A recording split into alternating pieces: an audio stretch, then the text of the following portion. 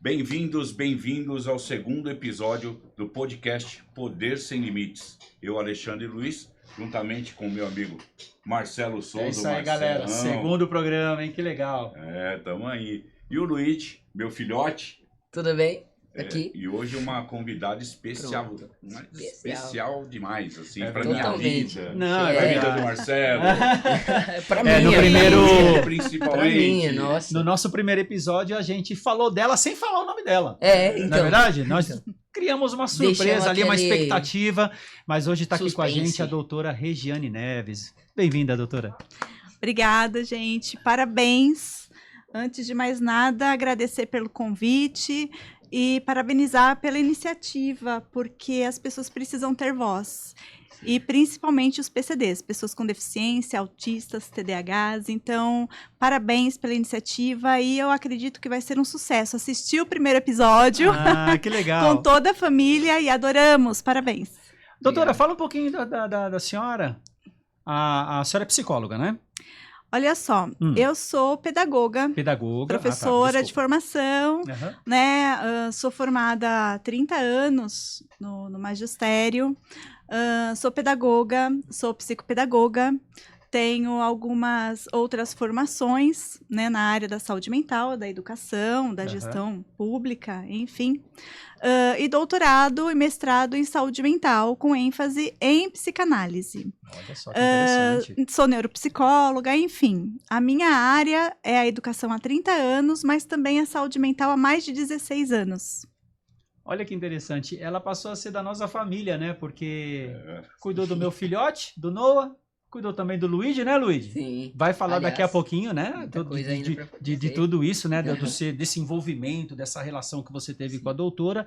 E hoje, essa convidada que é muito especial para nós vai falar muito sobre lei, né, doutora? Sim. Sim, sobre a legislação, sobre a garantia dos direitos, porque uma das minhas atividades, além da clínica, além das palestras, do que a gente desenvolve com relação à educação e à saúde mental, também é a perícia judicial.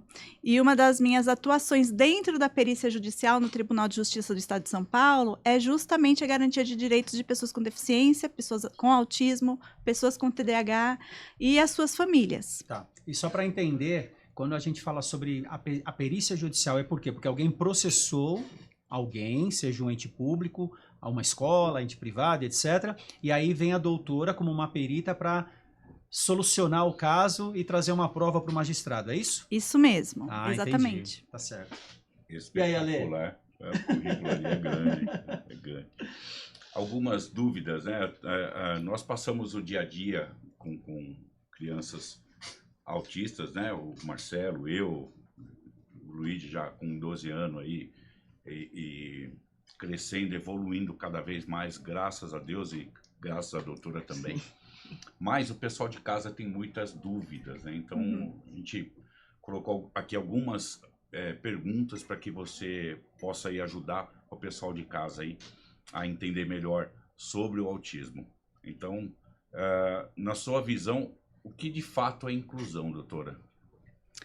Olha só, eu acho que todas as pessoas, todos os seres humanos têm direito a ser incluídos, né, na sociedade, na escola, e é um direito fundamental, né? Eu acredito que o Marcelo, advogado, ele entende mais sobre esse assunto, lógico, do que uma perita, que a minha função é juntar provas para o juiz.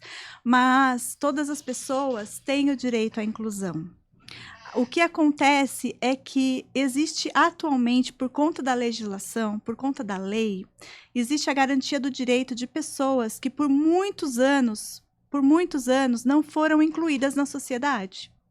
Então, o que nós víamos antes é que crianças com autismo, por exemplo, não frequentavam a escola. Isso é muito triste. Crianças com deficiência intelectual ou com deficiência física não frequentavam a escola. Não tinham o direito a serem inseridos no mercado de trabalho. Não tinham o direito, por exemplo, de conduzir um veículo. Nossa. Então, quer dizer, por muito tempo, as pessoas elas foram privadas de direitos fundamentais, privadas de ter inclusão. E para mim a inclusão é quando a gente abraça. E abraçar as pessoas, apoiar as pessoas, acolher as pessoas é a verdadeira inclusão. É lógico que existe ainda na sociedade muito a ser conquistado, mas através da legislação, através da lei, através das pessoas, assim como vocês, que têm iniciativas de conscientização, a gente consegue chegar em todas as pessoas da sociedade e abrir a cabeça delas para o novo, né? Para o futuro. Porque o futuro, a gente sempre pensou assim, no futuro a gente vê, o futuro vai chegar e no futuro vai ser diferente. Poxa, o futuro chegou. Verdade. A gente já vive o futuro. Todo dia, né? É todo dia. Nós já temos uma certa idade para entender isso. Sim. Que é o hoje. A gente vive o hoje e precisa melhorar a qualidade de vida das pessoas agora. E baseado na lei, existe uma diferença entre integração e inclusão social no que se refere aos deficientes? Olha só, quando a gente dá a oportunidade de fazer uma matrícula de um aluno com autismo ou com deficiência na escola, a gente está integrando ele. Quando a gente abraça esse aluno e faz com que ele tenha qualidade no ensino, com que ele tenha qualidade nas amizades, com que ele seja aceito por todos, isso é inclusão. Então, a gente precisa integrar as pessoas, mas trabalhar para que a inclusão seja feita. Perfeito. A gente ainda entende que há muita dificuldade, né, doutora, nessa questão de inclusão, né? Por que disso? A doutora entende alguma coisa que seja mais importante a ser feita para que haja essa inclusão de uma maneira mais fácil, mais assertiva? Existe alguma maneira que a doutora enxerga a respeito disso? Olha só, a gente trabalha muito com a questão do vamos priorizar um diagnóstico, porque com um diagnóstico, com um laudo, com um relatório totalmente detalhado sobre as condições daquele sujeito, daquela pessoa, então, vamos supor, a escola ou o mercado de trabalho vai ter mais condições de entender quais são as especificidades daquele sujeito e de que forma a escola ou o mercado de trabalho, ou enfim, a sociedade pode atuar em prol da inclusão. O que existe é que tem muita gente tentando trabalhar com inclusão, querendo fazer a coisa certa, buscando informação, se especializando, buscando conhecimento, fazendo um curso, ouvindo um podcast, assistindo um podcast, enfim, lendo, né? Mas existem muitas pessoas que ainda têm um certo preconceito. E aí a gente vê na neurodivergência, a gente pode entender dessa forma, por exemplo, o estudo, a busca, essa divergência que vem ocorrendo na sociedade como um todo, no ambiente de trabalho, na educação, na sociedade como um todo, seja no shopping, na rua, caminhando, viajando. O que a doutora entende, baseado na lei, o que ainda falta? Porque eu percebo, por exemplo, o meu filho, Noah, né, que é a doutora que cuidou com muito carinho, eu vejo a dificuldade dele. Eu entendo que a escola não está preparada. Eu não estou falando isso criticando a escola. Eu acho que isso é de uma maneira geral. Né? Eu não vou apontar o dedo para uma escola ou para outra, mas eu vou dizer de uma maneira geral. Também não vou dizer que é falta de vontade daquela instituição. Mas você ainda acha que é muito primário? Tem leis aí que já é desde 2012. Né? A gente está falando aí de lei de décadas. Sim. Só que na prática ninguém usa. E aí a doutora, com o conhecimento da lei, né, perita do nosso tribunal, o que a doutora entende que falta, na verdade, assim? Bom senso, estudo, conhecimento, falta de vontade. O que na verdade acontece nesse meio tempo aí? Sim. Pode ser um conjunto de fatores, mas a lei ela existe com algumas, né? Ela pune quem descumpre. Então, vamos supor, nós temos aí na legislação existe uma punição para a discriminação. Essa punição ela é educativa. Ela educa a pessoa. Por quê? Porque assim existe a lei, a lei está lá. A pessoa tem que ter o bom senso, a força de vontade e buscar capacitação para atender aquela lei. Quando ela não atende a lei, existe a punição. né? Primeiro ela está sendo educada para fazer, certo? Existe uma lei para oportunizar as pessoas na escola, por exemplo, a inserção da pessoa com deficiência na escola. Se ela não cumpre, então vamos supor uma pessoa que se nega à matrícula de um autista, ela está tendo uma discriminação, que é um crime, e também ela está cometendo um outro crime previsto por lei, que é a não matrícula dessa criança, a não inserção dessa criança na escola. Que é o Estatuto da Criança, né? Exatamente. Então, e além do ECA, a gente tem outros dispositivos legais com base na Lei Berendis-Piana, com base no Parecer 50, com base em outras leis que também aprofundam mais essa questão. Mas, assim, falta, sim, um pouco de senso de justiça, falta, sim, um pouco de força, de vontade, falta diversas situações, diversos critérios para que essas pessoas deem oportunidade para as pessoas com deficiência. Agora, o que acontece é que, mesmo com tanta legislação, mesmo com tantas leis, e olha só, nós temos leis no país, e eu, quando faço palestras para professores, faço curso para professores, para diretores de escola, muitos falam assim para mim, mas doutora, a gente ainda não está familiarizado com a lei, porque é uma coisa muito nova. E aí eu tenho um material inteiro sobre toda a legislação que é pautado na questão do direito da pessoa com deficiência, principalmente na área da educação, que no país nós temos legislações desde 1988. Poxa, é muito tempo já para o pessoal falar que é novo isso, novo, né?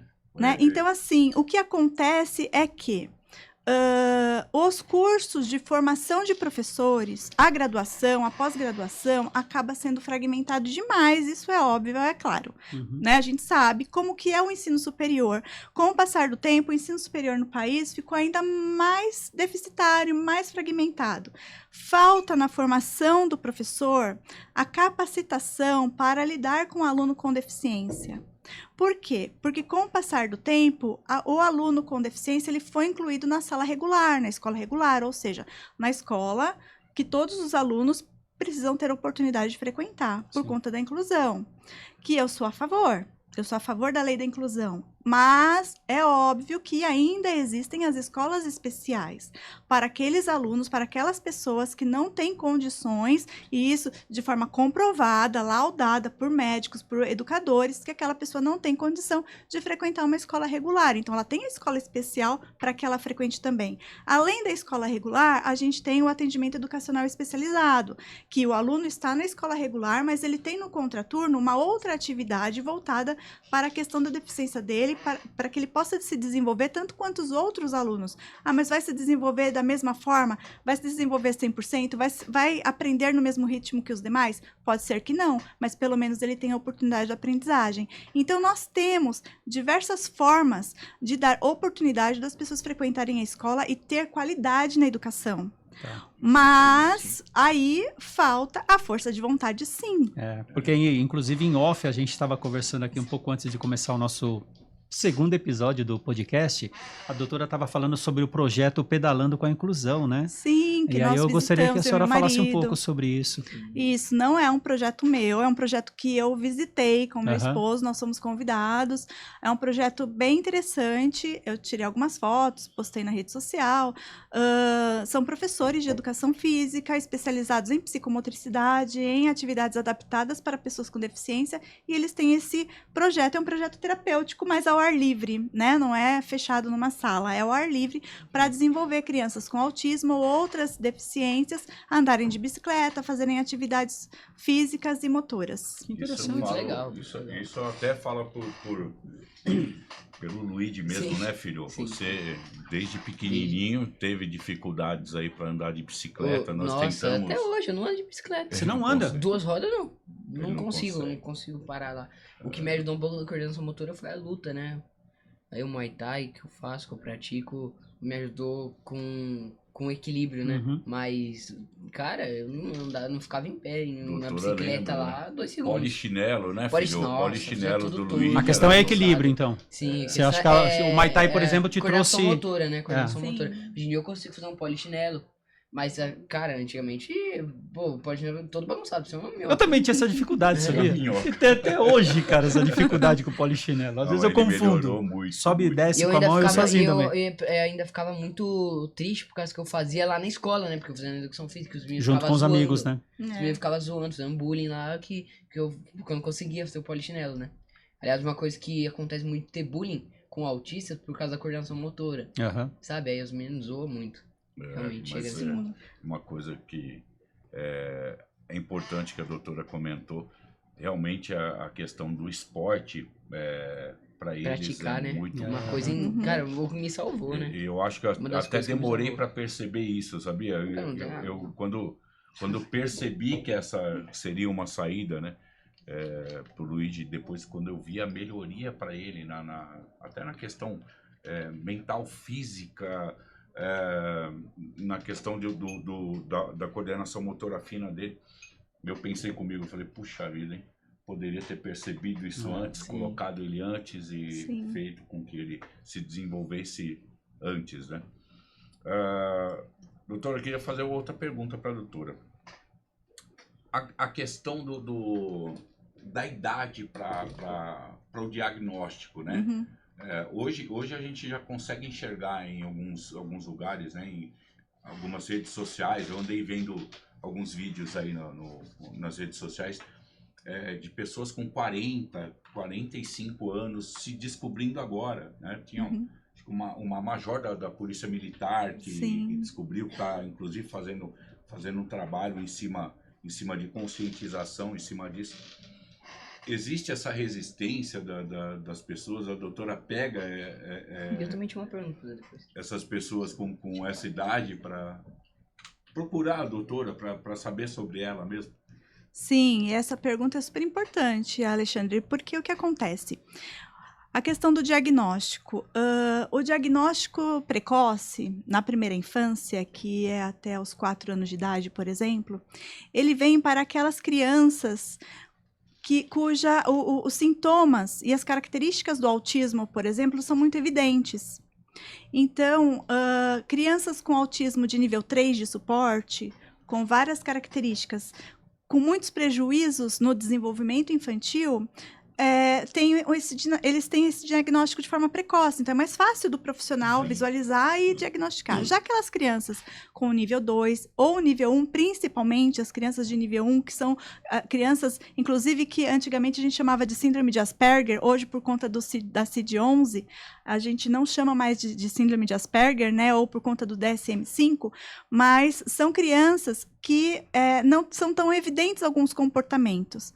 Então, com o passar do tempo, elas vão crescendo, vão evoluindo, ou de forma a minimizar, ou acaba ficando muito mais, tendo muito mais prejuízos no desenvolvimento. Então, com o passar do tempo, os pais vão percebendo mais. Tá. Então, vem diagnósticos na fase da adolescência, vem diagnósticos na fase adulta. E sobre a sua pergunta, dos adultos a partir de 40 anos, o que acontece? São pessoas que passaram a vida inteira tendo dificuldades, né? Dificuldades na interação social, na comunicação social, porque se comunicar não é apenas falar, né? Vocalizar, né? É conectar, é articular a fala, é verbalizar de forma a uma fala entendível, assertiva, fazer com que seja entendível, né? E interpretar muito bem aquilo que ouve. Ou seja, a comunicação ela tem vários fatores. Sim. E dentro de um diagnóstico de autismo, este é um dos critérios. Outro critério são comportamentos repetitivos, restritivos. Então, aquilo que as pessoas acham que é um toque, por exemplo, um transtorno obsessivo compulsivo, às vezes é um transtorno de repetição, né? É um transtorno estereotipado, que faz parte do critério de autismo. Ou seja, os adultos, quando chegam no consultório, e eu tenho atendido uma grande quantidade de adultos atualmente, eles chegam com grandes questões existenciais. Puxa, eu passei a vida inteira tendo problema no relacionamento, tendo problema com amigo. Eu não tenho amigo. Chega a gente e fala, eu não tenho amigo porque eu não gosto de ninguém. Ou ninguém gosta de mim, ou eu não gosto de ninguém. Então, as pessoas, elas vêm com diversas dúvidas e elas vêm para se encontrar. Elas buscam autoconhecimento. Sim. Elas não buscam, muitas vezes, por exemplo, um direito. Porque eu sou autista, eu quero um direito. A primeira coisa é autoconhecimento. Se conhecer, né? Se conhecer. É importante, né? Nunca é tarde. Exatamente. E quando vem o diagnóstico, as pessoas choram. Muitos choram, né? doutora, finalmente, agora eu sei o que eu tenho, tá vendo? Eu não era uma pessoa chata, eu era uma pessoa autista. Aliás, doutora, eu queria aquilo, né, te fazer uma pergunta. Qual é a idade ali que tem mais aquela resistência em querer, em conseguir, tipo, eu tenho autismo, se aceitar, aquela aceitação. Qual a idade que não tem? Tipo, a pessoa fica, não quer aceitar que tem autismo? Qual é normalmente? A pessoa não tem essa aceitação. É a fase adulta? Eu acho que assim, a fase adulta pode ser uma fase de resistência, mesmo porque a pessoa ela pensa, poxa, eu já vivi a vida inteira com esses problemas todos, então deixa pra lá, né? Vamos falar isso Então, pra Ele fala sempre isso pra mim. Eu já sou assim mesmo, as pessoas que me aguentem, quem quiser que lute. Quem quiser me aguentar que lute, né? Então, assim, as pessoas, elas são mais resistentes na fase adulta, né? Em contrapartida, quando elas buscam pelo diagnóstico, elas sabem que vão encontrar alguma coisa. Alguma coisa tem comigo. E aí, então, elas vão encontrar um diagnóstico. Por exemplo, eu já atendi juízes, já atendi médicos, já atendi advogados, delegados. Pode acabar aliviando ela, né? Professores, eu atendo uma quantidade de professores imensa. E aí, as pessoas, elas vêm e ficam aliviadas. Pode é até como aliviar tirar elas, um peso das nem pensa costas. nisso, Né? Elas tiram um grande peso das costas. Agora, vamos pensar numa receita de bolo. Nós falamos sobre pessoas, diagnóstico, a gente tem um apresentador que é o Luigi, que é autista, e temos a doutora que cuidou dele, né? Então, e aí, eu quero saber um pouquinho agora, curiosidade mesmo, como que foi sua relação, Luigi, com a doutora Regina? No começo, eu vou dizer que eu lembro aqui, que eu tinha ela era pequenininho, né? Mas eu lembro que eu não gostava. Não gostava? Lembro, eu fazia uma birra, porque minha mãe, vamos lá na doutora. Eu fazia uma birra, não queria ir e tal. Eu não entendia. Aí, ali com 7 pra cima, eu comecei a aceitar mais aquilo. Então, tipo, tá tranquilo, vamos na doutora. Aí, já que não tem jeito, né? Vamos pra doutora. Vamos. E aí, quando eu fui ali a partir de uns 10 anos, ali 10, 9 anos, eu comecei a entender que aquilo eu precisava daquilo. Ele começou, inclusive, a pedir, né? A pedir, vamos na doutora, eu não tô bem. Por causa que, assim, até na doutora, cara, eu me sentia melhor porque eu conseguia me abrir, né? E, assim, eu lembro, eu queria citar aqui, exercícios que ela fazia com jogos, que até hoje eu me irrito, tá? Que uns joguinhos que tem que pegar e adivinhar como que vai encaixar as peças. E aí, isso, ela depois me explicou que treinava, né, minha paciência. Sim. Como que tava indo minha paciência. Aí, uns joguinhos, tipo, ali tem que encaixar certo, tem que achar o jeito de encaixar. Tá. Com aquelas peças tem que achar o jeito certo de encaixar. E quando você falou sobre episódios assim que você compartilhava com ela, ou compartilha até hoje, Sim. né? Seriam episódios do quê? Da escola, por exemplo, escola, com os amigos? Normalmente da escola. O que, por exemplo, assim, que você achou muito interessante de levar para ela e falar, doutor, eu não entendo isso, ou doutor, eu passei por isso. Assim, normalmente eu entrava no assunto aí da escola, né? Que de brigas, normalmente, às vezes até coisa que eu não entendia mesmo, que você falou aí. Tipo, eu não entendo porque aquele menino fez isso, doutor, me explica. Porque até tem um negócio lá que eu acabo até esquecendo o nome lá, ela vai saber melhor, que é uma resistência que normalmente os autistas têm sobre até palavras, né? Palavras que eu não entendo. Você fala uma suposição aí, você sabe me dar? Por exemplo, ele é mais literal. Então, as pessoas precisam tomar cuidado da forma como falam pra ele, porque... Ele leva ao pé da letra. Ele leva ao pé da letra, ele pode entender de outra maneira. Tipo, então, uma piadinha, um sarcasmo, por exemplo, ele não vai entender. Um dia eu era pequenininho, eu tava sentado lá no carro com a minha mãe. Minha mãe falou, filho, eu vou no banco, você quer ficar na avó ou ir comigo? Eu falei, mãe, eu já tô no banco. Tava sentado no banco do carro. Eu não, sabe, eu não associei as coisas com Então é isso, eu vou ao pé da letra nas coisas. Então, às vezes, até em conversas podem eu não entender uma coisa. Eu ficava assim, hoje em dia eu não fico mais. Mas eu ficava bravo porque eu não conseguia entender. Aí eu chegava nela e perguntava, doutora, eu não entendi. Ela me explicava do jeitinho que eu entendia. E hoje, doutora, é questão de tempo, assim, quando a pessoa ela tem interesse em saber se realmente ela é uma pessoa deficiente ou não. Quanto é o tempo, mais ou menos, assim, em questão de laudo, da senhora determinar, né? Não só como perita do tribunal, mas nesses casos em específico, né? Quanto tempo, mais ou menos, leva para emitir um laudo? Olha, atualmente, pela formação, experiência e tantos anos Sim. fazendo, né, esse tipo de trabalho, eu geralmente falo para as pessoas que levam de 6 a 10 sessões, dependendo da situação. Certo. Mas é claro que também, dependendo da situação, pode levar mais tempo, né? Mas geralmente de 6 a 10 sessões. Tá. De 1 hora, praticamente, de 50 minutos a 1 hora cada sessão. São protocolos padronizados que são utilizados, são internacionais. Todos eles têm licença de utilização com habilitação, então assim, é bem sério, né? Todos são com base no DSM-5, na atual CID-11, porque embora o país, né, o Brasil ainda não está totalmente familiarizado com a CID-11, o resto do mundo está. Tá. Porque é algo que já deveria estar, inclusive, acontecendo. Nosso país já deveria estar adaptado. O que é a CID-11? É a classificação internacional de doenças. Embora o autismo, o TDAH não sejam considerados doenças, mas eles fazem parte, né, dessa classificação, porque é uma numeração, que é essa numeração que classifica essas pessoas, né, todas as pessoas, para receber recursos, ou na área da saúde, ou na área da educação. Então no seu laudo vem a CID-11. Isso, vem a CID-11 e também a CID-10, porque embora, né, o mundo já utilize a CID-11 desde 2022, e a partir do dia 1º de janeiro deste ano seria, né, obrigatória a utilização da CID-11 no Brasil também, o governo federal, né, o Ministério da Saúde entendeu que o país não estava capacitado ainda para estar adaptado à CID-11, então a gente permanece com a CID-10, mas nos meus laudos, como eu utilizo padrões internacionais, eu coloco tanto a CID-10 nacional quanto a CID-11, tá? Então, o caso do Luigi, eu quero falar um pouquinho do Luigi. O Luigi é um menino que, assim, ele está, né, no atendimento há praticamente 6 anos. A evolução dele foi muito positiva, é um grande orgulho, a gente brinca, né, que é um grande orgulho porque o Luigi, ele foi se adaptando muito bem à terapia, se adaptando muito bem a várias questões, inclusive, muitas das dúvidas dele é porque o Luigi tem um baita senso de justiça, é muito comum isso no autismo de nível 1, a pessoa ter muito senso de justiça, e aí o Luigi sempre me perguntava sobre leis, sobre os direitos, qual era o meu direito, então isso a gente debatia bastante.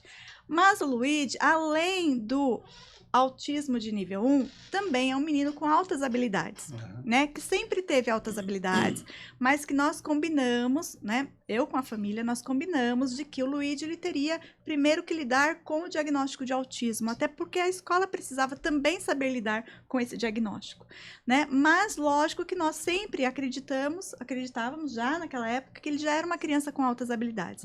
E isso foi aumentando, foi evoluindo de forma positiva. Hoje, ele tem a dupla excepcionalidade, que é autismo com altas habilidades, né? Então, e é lógico que, assim, ele tem uma cabeça hoje um pouco mais flexível para algumas coisas. Com relação aos jogos, realmente, eu sempre expliquei para ele, porque como ele era, né, sempre foi muito inteligente, já naquela época, muito pequeno, eu tinha que explicar, olha, esse jogo é para tal coisa, porque às vezes ele ficava nervoso, impaciente de fazer alguma tarefa, alguma atividade. Porque a minha terapia é uma terapia de ação. Ele vai para lá, a gente conversa, bate papo, resolve algumas questões emocionais, mas também é uma terapia de ação. Eu preciso ver nele qual é a evolução desse projeto terapêutico. Então, a gente fazia algumas atividades. E nessas atividades, às vezes, ele mostrava um pouco de impaciência, um pouco de resistência, não era muito flexível para colaborar com algumas coisas. Então, tudo isso eu falava para ele, Luigi, essa atividade é para tal coisa. Então, né? Sim. Vamos se esforçar para que você realmente consiga concluir. Eu precisava que ela explicasse para mim, para que eu tô fazendo isso? Senão eu já ficava irritado. E a doutora acha interessante, então, por exemplo, no ambiente do lar, lá, o papai e a mamãe ter essa conversa aberta com a criança, com o jovem, com o deficiente, é importantíssimo. É importantíssimo. Tem que ter esse jogo aberto, tem que chegar e conversar do jeito que você está fazendo aqui com o Luigi. Tem regras também, né, doutora? A regra do Uno lá, Marcelo. O meu filho, eu jogo Uno com ele, né? E toda hora ele cria regra no Uno. É normal. Tivemos isso também, muitas Olha vezes. Só. Pegando as 4 cartas seguidas, compra 4, sabe? Muitas Compra mais 4, ele vai lá. Isso é a regra dele, ele separa as cartas, né? Tá vendo? Inteligente. Olha só. O que acontece? Eles têm uma resistência muito, muito forte com relação às regras impostas pelas outras pessoas, né? Também não sabem lidar muito bem, eles não têm manejo da própria frustração. Então, o que acontece? É lógico que eles vão, de certa forma, vou utilizar essa palavra, lógico, eu espero que não pegue, mas eles vão manipular o jogo a favor a eles. Eles vão querer criar as próprias Eu falei regras. isso, eu falei isso, a minha mulher ficou brava. Eles vão querer criar Eu falei, tá me manipulando. regras. Você não pode falar isso, ele tá criando regras. Eu falei, tá caminhando junto. Quando eu ia jogar Uno com meu pai, na hora que eu tava embaralhando as cartas, eu olhava as cartas e já separava o melhor baralho pra mim. Igual o Noah. Então, olha né? só, Ele não mas... Imagina o Noah, desculpa, doutora, mas Pode imagine falar. o Noah e o Luigi jogando Uno. Os Putz, dois jogando. grila. Meu Deus do céu, É cara. melhor não. Vamos manter a Uma paz. outra coisa pra eles Vai fazerem. cuidar Vamos manter a paz, Meu né? pai ia cuidar de alguma coisa na cozinha, eu pegava as cartas, já pegava as melhores pra mim e deixava as ruins pra ele.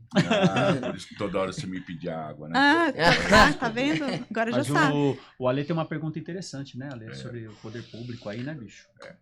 Doutora, quais são os maiores desafios que a doutora enxerga hoje na política pública sobre a inclusão? Desafios, vamos lá. Política pública. brava. Primeiro que assim, a gente tem uma qualidade muito baixa de políticos. Sim. Vamos falar a verdade, né? A Sim. gente não tá aqui para mentir. Então, vamos falar a verdade. A qualidade dos nossos políticos é ruim, é baixa. Quando algum político faz algo para alguém, né? Não é pensando na política pública, é pensando em algo para alguém, de preferência para ele próprio. Voto. Né? Então, a política pública hoje, nós precisamos entender qual é a nossa demanda e nós não entendemos ainda. No último censo, nós tivemos uma única pergunta. Alguém na sua família é autista? E a previsão é de quase 6 milhões de pessoas. A previsão, porque ainda não tem uma estatística exata, né? Então, você falou muito bem no episódio passado, no primeiro episódio de vocês, que para cada 31 crianças, né? Uma é autista. E esse é um dado de agora, de um mês, né? É recentemente, né? Uhum. E a cada 2 anos, este instituto americano, ele lança essa pesquisa, essa previsibilidade de quantas crianças no mundo teriam autismo. Então, para cada 31, atualmente, uma é autista. Se a gente comparar esse número com a população brasileira, né, a nossa demografia, então nós teríamos realmente pelo menos 6 milhões de autistas diagnosticados, né? Uhum. Só que, quais são as políticas públicas que nós temos hoje? A gente tem legislação, a gente tem lei. A lei é cumprida? Não, as pessoas precisam judicializar. Entrar com liminar para conseguir terapia, para conseguir escola, para conseguir... Então, a gente não tem políticas públicas hoje efetivas, pensadas para as pessoas com deficiência. A gente não tem, olha só, dia 15 agora, dia 15 desse mês, agora de maio, nós tivemos o Dia Mundial de Conscientização da Acessibilidade. Uhum. Qual é a cidade acessível que a gente conhece? Verdade. A gente não conhece uma cidade acessível no nosso país, É. né? Por mais que as pessoas falem a respeito, gastem dinheiro público, né, para esse público, mas qual é o retorno desse gasto de dinheiro público justamente para uma política pública? Vamos supor, nós tínhamos que ter a nível de município, isso daí é na Câmara Municipal, então o vereador da cidade, os vereadores da cidade deveriam ter o interesse, a força de vontade de criar uma lei de censo municipal para pessoas com deficiência, para a gente entender a quantidade de pessoas com deficiência, quais são as deficiências que eu tenho no município e agir de acordo com essas pessoas para elaborar políticas públicas e votar em políticas públicas para que o dinheiro fosse realmente gasto naquela política. Uhum. Mas nós não temos políticos de qualidade. É verdade. Que pensem E nessa assim. hora, quando a gente fala de política, eu vou falar uma coisa para vocês, dá vontade de beber água. E a gente vai beber essa água aqui, ó. O meu amigo Alexandre vai falar um pouquinho do nosso parceiro aqui, ó. É isso Fala aí. um pouquinho, Alexandre. Ó, pessoal, o Grupo Daruge, um dos maiores grupos de concessionárias do Brasil. Você que está procurando um veículo 0 km ou um seminovo, entre em contato com o Grupo Daruge, clica lá no vídeo, vai aparecer aí o site do Grupo Daruge, você vai ser muito bem recebido. Você que é PCD, tem pessoas treinadas lá para te atender. É isso aí. Tá? E o interessante falar, porque no nosso primeiro episódio a gente falou um pouco sobre venda de veículo, né? Sobre a isenção do IPVA, o incentivo na compra, um desconto na compra do veículo, etc. E eu me lembro, doutora, quando a senhora fez o laudo do Noah, eu li tudo lá, né, junto com a Cris, e ali tem alguns direitos. E aí, baseado na Berenice Piano, que é a 12.764/2012, né, a lei, a senhora falou algumas coisas ali sobre passagem aérea, então eu gostaria que a doutora desse uma pincelada aí sobre esses direitos básicos, aí seja numa viagem, na escola, num passeio, o que a nossa criança, o nosso jovem, né, o autista, a pessoa deficiente tem para poder ter esse benefício, não só baseado na lei, mas também no bom senso da sociedade. Sim. A primeira coisa que nós temos é a inclusão é um direito fundamental, Sim. né? Da Declaração, inclusive, Universal dos Direitos Humanos. A gente tem a Lei Berenice Piana, que ela veio para dar assim, um norte para todas as pessoas, né, principalmente autistas, famílias de autistas. Com relação à questão da passagem aérea, né, a gente sabe que existe, né, pela ANA, que as pessoas entram lá, tem um formulário para ser preenchido, inclusive pelo próprio médico, preenchido para que as pessoas têm desconto, né? Pessoas com autismo ou pessoas com deficiência têm desconto na passagem aérea e o acompanhante também voa de forma gratuita, né? Tem diversos parques, cinemas, museus, áreas de lazer, locais que também, além da meia entrada para pessoas com deficiência, autistas entram de forma gratuita, porque assim né, para oportunizar justamente a inserção social das pessoas. Isso é de uma maneira generalizada. Então, a gente chega no parque, o autista, ele entra gratuitamente e o acompanhante tem um desconto. Mas é importante entrar antes na página do parque, no site do parque, para saber se tem essa possibilidade. Porque meia a gente sabe que por lei já tem. Agora, tem alguns lugares que é gratuito. Por exemplo, o Zoológico de São Paulo, né? Então, assim, o Zoológico tem entrada gratuita para pessoas com autismo, enfim. E não dá para a pessoa ficar andando com o advogado o tempo todo do lado, né? Então é bom entrar ali no site, do parque. Verifica antes, liga, entra em contato. Vamos se divertir, não vamos arrumar confusão. Isso, né? Evita a fadiga. Fadiga. Me veio uma pergunta aqui na cabeça, doutora. O Brasil ele está muito atrás de outros países, né, nessa questão do autismo, na questão da inclusão, de leis. O Brasil ele chega a ficar muito atrás de outros países do mundo. Olha, eu acho que o Brasil não está atrás, né? Eu acho que não está atrás. Na verdade, a gente tem até uma legislação bem abrangente, né? Nós temos leis, a gente tem... O que falta, na verdade, é bom senso, é conhecimento e fazer com que essas leis sejam cumpridas. Eu acho que talvez o maior desafio do brasileiro é fazer com que as leis sejam cumpridas. Porque se as pessoas tivessem o conhecimento, a informação, ou pelo menos corressem atrás para saber, né? Será que eu posso fazer tal coisa? Ou o dono de um empreendimento, ou o gestor público que fala besteira, né? Enfim, será que eu posso falar tal coisa? Será que eu não estou infringindo alguma lei? Será que eu não estou sendo discriminatório? Será que eu não estou sendo preconceituoso? Então, falta bom senso, né, nas pessoas. E aí eu acho que o Brasil não está atrás. Eu atendo, olha só, eu não faço isso sempre, mas quando é pacientes que já são pacientes meus e que mudam de países, eu já atendi algum familiar dessas pessoas, as pessoas me procuram para um diagnóstico. Adultos eu até faço, né, um atendimento online, uma avaliação desta forma, que eu não gosto, eu gosto de fazer presencialmente, mas eu abro algumas exceções. Então eu converso com muitas pessoas que estão em outros lugares, como Estados Unidos, Itália, Espanha, Alemanha, e eles falam geralmente que, poxa, se eu estivesse no Brasil, seria mais fácil, porque aí tem lei para tal coisa, tem não sei o que, né? E na verdade, a gente sente que, puxa, que pena, né?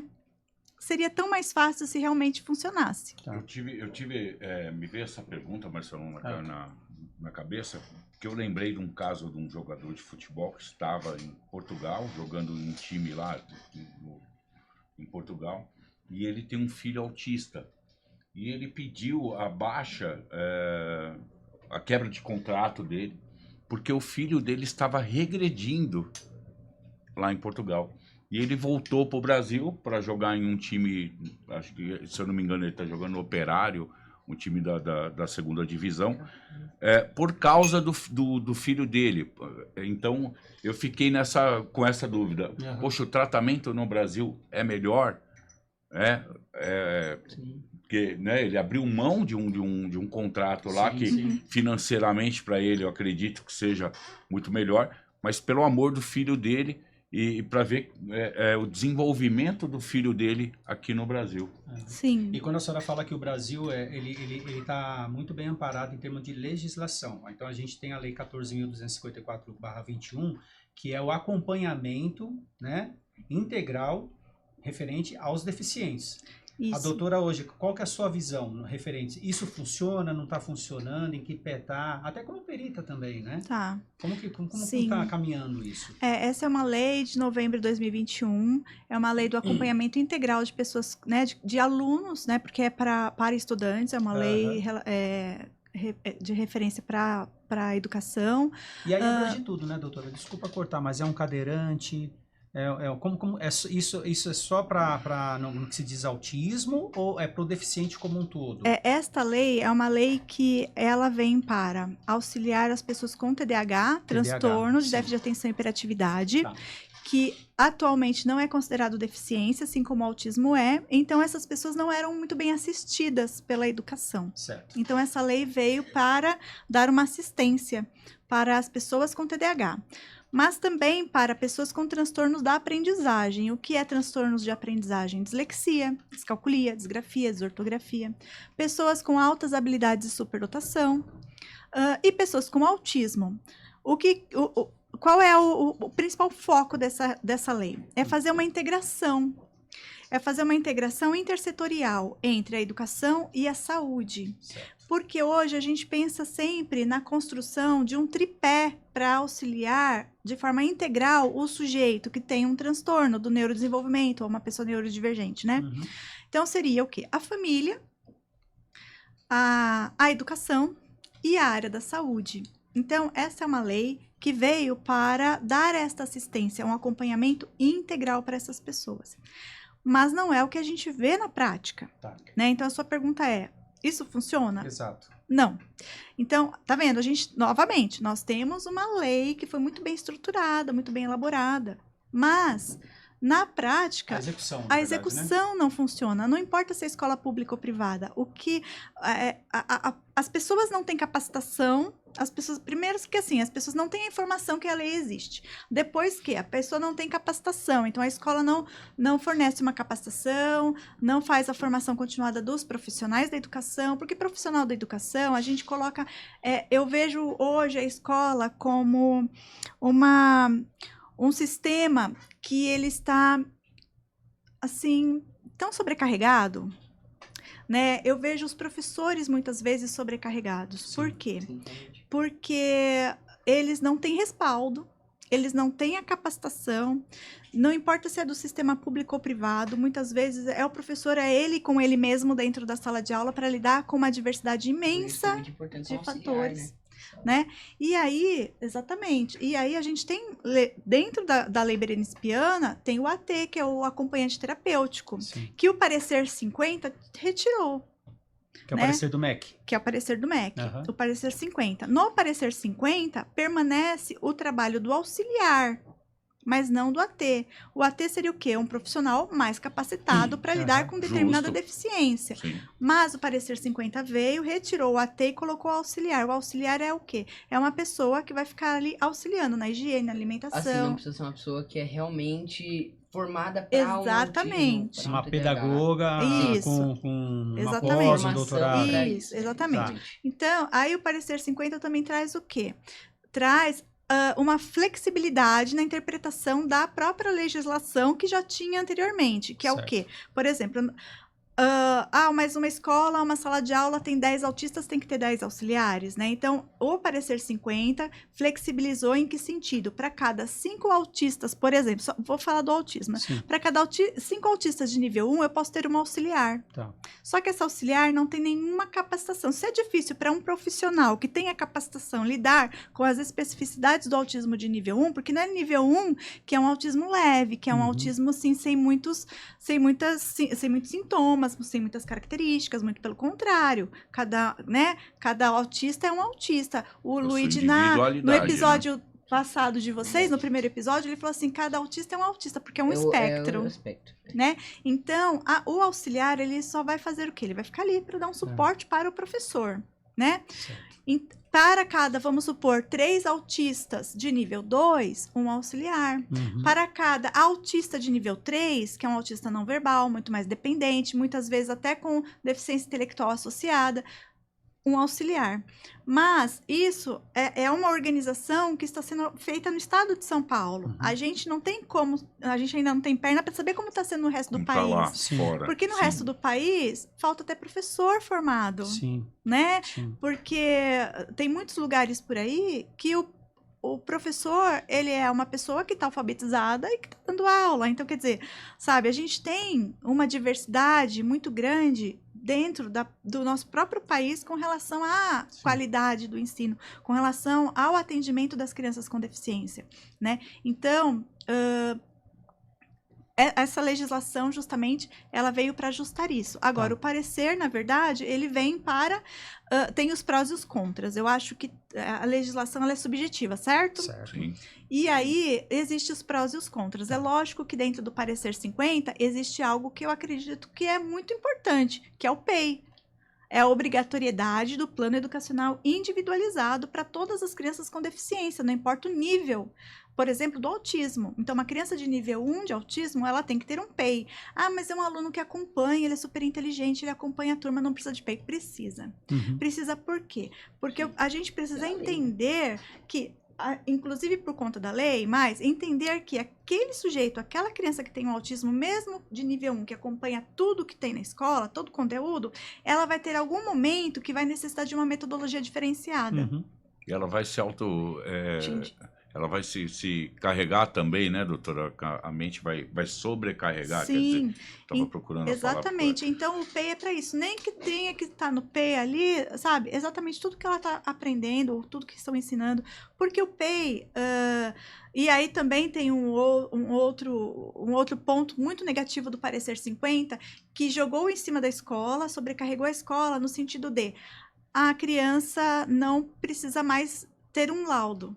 O professor vai fazer. Como assim? Não tem uma lei que diz do acompanhamento integral entre educação e saúde? Que a saúde precisa fornecer um laudo para a educação poder trabalhar? Por que no parecer 50 vem escrito que a escola não precisa mais ter um laudo, que o professor mesmo pode fornecer? O professor vai ver qual é o perfil daquele aluno, entender quais são as capacidades, as habilidades e as dificuldades e deficiências, montar um parecer, né? Montar um relatório para depois montar um PEI. Aí entra uma outra pergunta, né? Então, cadê a integração entre saúde e educação? O professor é qualificado para isso? Não. Aí. Né? Pode até ser que um professor que tenha muita formação, porque a gente tem professores hoje que são mestres, são doutores, mas estão ali na educação, né? Que eles foram se capacitando, até porque isso gera evolução funcional, vamos pôr na rede pública de ensino, quanto mais formação tem aquele professor, mais vai render o salário dele. Então, isso, por lei, é justo, né? Então, ele vai buscar conhecimento. Só que, mesmo que seja um professor, um psicólogo, um doutor, um médico, um psiquiatra dando aula no primeiro ano, mesmo que seja assim, ele está ali como professor. Exato. Ele não é médico dentro da escola. Concordo. Então, ele precisa, sim, do respaldo da área da saúde com um laudo para poder montar o PEI daquele aluno. E não eles ter mais essa sobrecarga, né? De fazer tudo isso, sabe? De fazer toda a avaliação e tudo mais. E há uma certa resistência, né, doutora, por essa questão do PEI, né? Dos professores montarem o PEI, né? Eu senti isso ao longo dos anos com o Luigi na escola, que todo ano tinha ali uma briguinha, tinha que ter toda hora a Kelly batendo muito em cima disso. A doutora teve que enviar relatórios várias vezes, e isso é uma coisa que deveria ser já automático, né? Eu acho que a gente tem que aproveitar a deixa da doutora e convidar, né? O Poder Sem Limites é o seguinte, a gente está aqui para debater, né? Nós estamos aqui para tentar resolver a situação na sociedade dos deficientes. Então, não é só então a porta fica aberta aqui, a porta fica aberta para receber professor. Quer vir conversar com a gente? Bora, vem para cá. Dono de escola, diretor de escola. vem para cá conversar com a gente também quer ouvir o outro lado. Você político, vereador, deputado, quer vir conversar com a gente? Bora, vamos conversar, não tem problema nenhum. Nós estamos defendendo uma causa. A gente quer ser extremamente imparcial. A gente quer entender você. A gente quer entender você político, a gente quer entender você empresário, dono de instituição de ensino. Entendeu? Porque se nós conseguimos entender vocês, a gente consegue chegar num denominador comum. E aí a gente passa a tratar muito melhor os nossos deficientes. Então, isso aí. Eu queria até falar que... Tava esperando um tempo. Pra falar que o podcast aqui, ele não é só do autismo. A gente tá batendo bem nessa tecla, mas é um podcast realmente da deficiência, né? Que engloba tudo, né? Eu queria até dizer você que é um professor, uma pessoa, como o Marcelo estava dizendo, uma pessoa que acharia legal vir aqui, né? Conversar com a gente. Manda mensagem no Instagram. A gente tem o Instagram lá do Poder Sem Limites. Sim. Eu tenho o Instagram, Instagram público lá, que é o Luigi Autista. Bota na descrição aí. Bota na descrição, bota no link da bio. Do Poder Sem Limites também, bota aí. Luigi _Autista. E lá... eu não tô com muitas postagens, mas lá eu vou começar a falar sobre o autismo, né? Para pessoas que estão precisando, pais, né? Que estão precisando entender um pouco mais disso. Isso então, aí. É isso. Doutora, a gente falou sobre leis e deveres de uma escola, por exemplo. Eu vi um caso de um pai que foi a uma escola matricular a filha e teve a matrícula dela negada por excesso de aluno autista, ou seja, não é nem excesso, na verdade, eles estavam impondo um número de crianças autistas na escola.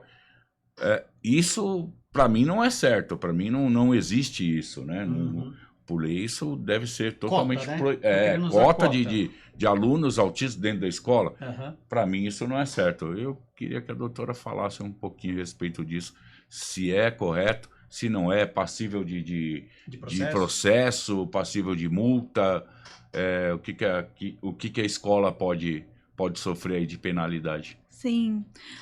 Concordo com você, não existe cota, né? A lei, em momento algum, em nenhuma lei pode ler de baixo para cima, de cima para baixo. Em nenhum momento diz que existe um limite de alunos, uma cota de alunos com deficiência, né? Para as escolas. Então, a escola que nega fazer uma matrícula, que procrastina a matrícula, que vai, sabe assim, tipo, vem outro dia, depois, não sei o quê, olha, eu vou fazer uma provinha com seu filho. Isso serve na matrícula e na rematrícula também, na rematrícula também. Na continuidade do ano. Exatamente. Tá. Então, tanto na matrícula quanto na rematrícula. A escola não pode, em momento algum, negar o acesso do aluno, né? Em escola particular, inclusive, o aluno, né, a rematrícula só é negada em caso de inadimplência, por exemplo. Sim. Né? Mas, em momento algum da lei, crianças com autismo ou com qualquer outra deficiência podem ter a matrícula ou rematrícula negada. Cabe multa, né? E também pena de reclusão de até 4 anos, né? Sim. De 1 a 4 anos. Então, e pode acontecer, né? A gente teve um episódio aí recente, né? Público, né? De uma pessoa pública, de incentivar diretores de escola a não matricularem alunos com autismo ou com deficiência. Que absurdo, né? Nós citamos esse né? Então, isso, no outro episódio. Nos próximos episódios eu vou trazer um telefone aqui para ligar para essa galera. Né? Que é um absurdo. Então, assim, entendem que é crime. Inclusive, nos últimos dias, nós tivemos um episódio de uma pessoa pública que falou e foi, assim, muito divulgado pelas pessoas, inclusive ativistas da causa do autismo e pessoas com deficiência, que esta pessoa, que é um secretário municipal de educação, sugeriu numa reunião de que as pessoas não fizessem mais matrículas de alunos com autismo ou com deficiência. Ou seja, isso é um crime.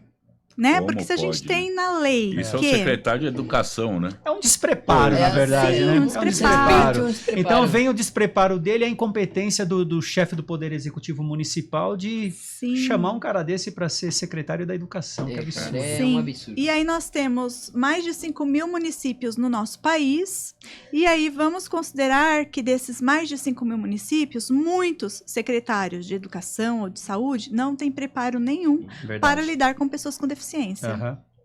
Imagino Né? que É isso as aí. famílias sofrem por aí em cima disso, Sim. Doutora, desse foi muito despreparo todo. Foi muito bom receber a doutora. E aí agora fala um pouquinho do seu projeto, né? Do SEAD. Explica aí para a galerinha que está assistindo a gente aqui no Poder Sem Limites. Fala um pouquinho do seu projeto. Bom, o SEAD é o Centro de Estudos Avançados em Desenvolvimento Educacional e Humano. O Alexandre conhece já há bastante tempo, porque nós temos desde 2013. Na verdade, o SEAD é uma empresa que faz formação continuada, cursos de extensão universitária, pós-graduação, palestras para profissionais da saúde, da educação, da assistência social e outros tantos profissionais, porque nós atuamos tanto para empresas quanto para outros órgãos, seja do terceiro setor ou órgãos sim, públicos, sim. capacitando as pessoas, né, a lidar com pessoas com deficiência, pessoas com autismo, pessoas com TDAH, ou seja, as pessoas elas recebem todo o amparo, todo o suporte para poder trabalhar nesse nicho. E aí, também psicólogos, neuropsicólogos, psicopedagogos. E este projeto, ele também tem o projeto da clínica, que atualmente nós temos a clínica, que é para diagnósticos e tratamento de pessoas neurodivergentes, né? Nós temos uma unidade em Osasco, uma unidade na Lapa, onde nós fazemos o diagnóstico, toda a avaliação com o diagnóstico, o laudo. A escola recebe toda a orientação com relação ao PEI, os pais recebem toda a orientação com o manual sobre todos os direitos daquela pessoa, né, neurodivergente. Enfim, este é o nosso trabalho atualmente, né? Nós também estou presidente da ABRAPEN, que é a Associação Brasileira de Profissionais Especialistas em Educação e Neurodesenvolvimento, que é uma associação que ela tem a função de formar, de capacitar profissionais, com congressos, feiras, eventos, palestras, enfim. Eu acho que o nosso principal objetivo e missão com o projeto, tanto com o SEAD, quanto com a ABRAPEN, e até mesmo com a clínica, é levar conforto para as pessoas. Pessoas que buscam pelo diagnóstico, pessoas que buscam pelo tratamento e pessoas que buscam se capacitar e entender, né, desta área, Muito importante deste isso. mundo, né, do neurodivergente principalmente. Eu também acho super importante, vocês estão com a gente no projeto, vocês sabem disso, já foram convidados milhões de vezes, né? E é o que é a nossa grande missão. Eu acho que ter um conhecimento e não conseguir transmitir ou não passar para as pessoas é muito egoísta. É um desperdício. É um desperdício. E quando a gente passa o conhecimento, a gente recebe 100 vezes mais conhecimento em troca, porque quando a gente vai para uma formação onde tem diversos professores, como nós já fizemos formação para 1.200 professores, né, num único evento, num único espaço, e a gente ouve dessas pessoas a realidade delas, o que elas vivem no dia a dia, nas salas de aula. Quando a gente trabalha com as famílias, que a gente faz um trabalho muito grande com as famílias de orientação familiar, né, inclusive a Kelly, né, a Kelly, esposa do Alexandre, mãe do Luigi, ela tá no projeto, é uma das nossas orientadoras. Então, E assim, a gente pensa que a gente leva conhecimento, mas a gente recebe muito conhecimento. É uma troca, né? Então, a gente cresce muito com isso. e não só por receber de volta, também por conscientizar e sentir a alma limpa, né? Sim. Por estar espalhando isso pro mundo. Uma troca de energia, Sim, né? É. Exatamente. Esse é um dos pontos do Poder Sem Limites. Isso. Levar esse conhecimento para as pessoas aí fora, ajudar essas pessoas a ter uma vida melhor, né? A conseguir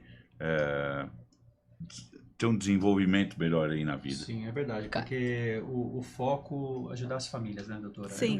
Não tem que ocorrer divórcio, não tem que ocorrer briga, muito pelo contrário, tem que ocorrer união. Sim. Eu passei maus bocados no meu casamento por causa disso, mas hoje eu estou entendendo melhor, graças a Deus, né? Porque a minha esposa sempre foi aquela que abraçou o filho, aquela que entendeu. E eu, como homem, eu acho que a maioria dos homens são assim, não quero generalizar, obviamente, mas tem um pouquinho mais de dificuldade de entender. Sim. Então, Nós- Poder Sem Limites para homens também, cara. Assim, ó, A gente cresce, viu, gente? E A gente cresce muito, viu? E a cada inscrito, assim, a gente sente melhor, sente mais limpo, porque sente que a gente conscientizou pra mais uma família, pra mais uma vida É isso aí. sobre isso. É Que isso aí. coisa que a gente passou na pele, né? É que a Verdade. gente não quer que outras pessoas passem e sofram com isso. É verdade. E É aí isso eu aí. digo para vocês o seguinte, quando a entrevistada é boa, quando o assunto é bom, passa rápido. Voa. Né? Passa rápido, tá terminando o nosso Poder Boa. Sem Limites, tá também terminando o nosso segundo episódio. Segundo. Obrigado, doutora, por comparecer, né, Alexandre? Obrigado. Deixa a vez aí com você. Agradeço demais por você ter nos abençoado com tanta coisa boa, tanta Verdade. coisa... Tanto conhecimento. tanto conhecimento sobre leis, sobre as pessoas. Muito obrigado mesmo. E eu acho que uma vez só não dá não, Marcelo. Não, Eu tô não achando dá, que ela não tem dá, que parte não 2, dá, hein? não. Tem que ter parte 2. Vai ter que ter parte 2 aí, porque, verdade. cara, faltou um monte de coisa aqui que eu não consegui. Nos organizamos aqui, Não mas deu, acho que não foi realmente, metade. Não Não, deu, foi metade. não realmente. deu, não deu. Assim, Vai, foi coisa será convidada de novo, se a doutora, claro, puder vir, né, Claro. nos agraciar aí com, Obrigado, com gente. tanta experiência. Obrigado você aí que nos assistiu mais uma vez. Isso O aí. nosso segundo episódio, Poder Sem Limites, vai voltar, tá bom? Valeu! Isso, Abração. valeu. Abraço, gente.